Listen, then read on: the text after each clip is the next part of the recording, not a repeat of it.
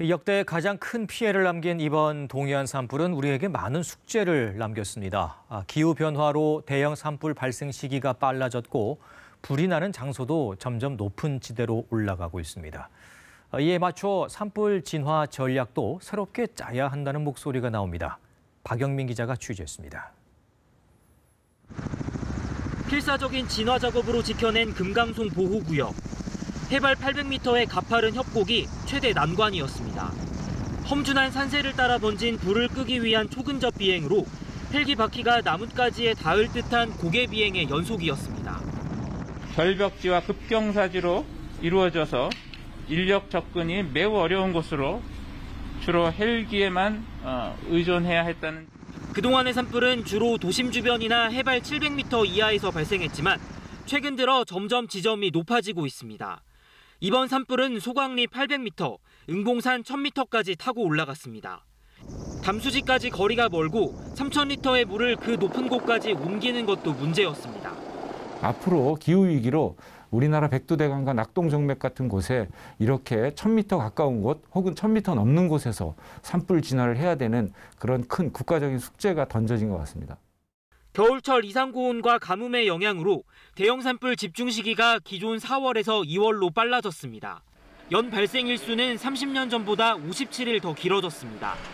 여기에다 춥고 건조한 겨울에 산불이 나면서 메마른 잔가지 등으로 불길이 커져 연무가 더 많이 발생하고 있습니다. 많은 양의 나무 상층부 연료가 연소되면서 대류 현상에 의해 상승 기류가 발생하게 되고 수증기와 연소가스가 포함된 많은 연무가 발생하게 된 것입니다. 헬기 진화에 의존하는 현재 진화 전략이 점점 힘겨워지는 이유입니다. 가속화되는 온난화에 달라지는 대형 산불의 특성에 맞춘 새 진화 전략이 시급해지고 있습니다. KBS 뉴스 박영민입니다. 네, 이번 산불의 최대 고비였던 금강송 군락지를 지켜낼 수 있었던 건 지난해 숲 안에 낸 도로인 임도의 덕도 컸습니다. 임도는 숲을 가꾸고 산림 자원을 수송하는 길이기도 하지만 이번에 불길을 막는 데에도 큰 역할을 했습니다. 하지만 우리나라엔 아직 임도가 부족하다는 지적이 많습니다. 이어서 김지홍 기자가 보도합니다.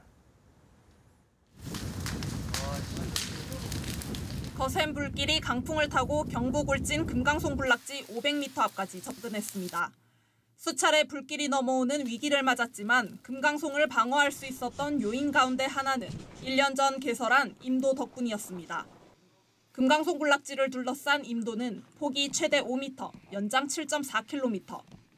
험한 산세에 접근이 어려운 인근 응봉산과 달리 이 임도를 통해 진화대원과 소방차의 신속한 투입이 가능했습니다. 임도 4곳에 6,000리터 용량의 취수장이 설치돼 밤낮으로 소방차가 물을 공급받았습니다. 나뭇가지, 나뭇잎 같은 연료 물질이 확산되는 것을 물리적으로 차단시켜주는 효과가 있었고요. 임도는 숲을 가꾸고 임산물을 수송하는 데에도 큰 역할을 하지만 국내 설치 비율은 턱없이 낮습니다. 산림 1헥타르당 설치된 임도는 우리나라는 평균 3.6m로 산림 경영 선진국인 독일과 오스트리아의 10% 수준입니다. 일본 13m에도 못 미칩니다.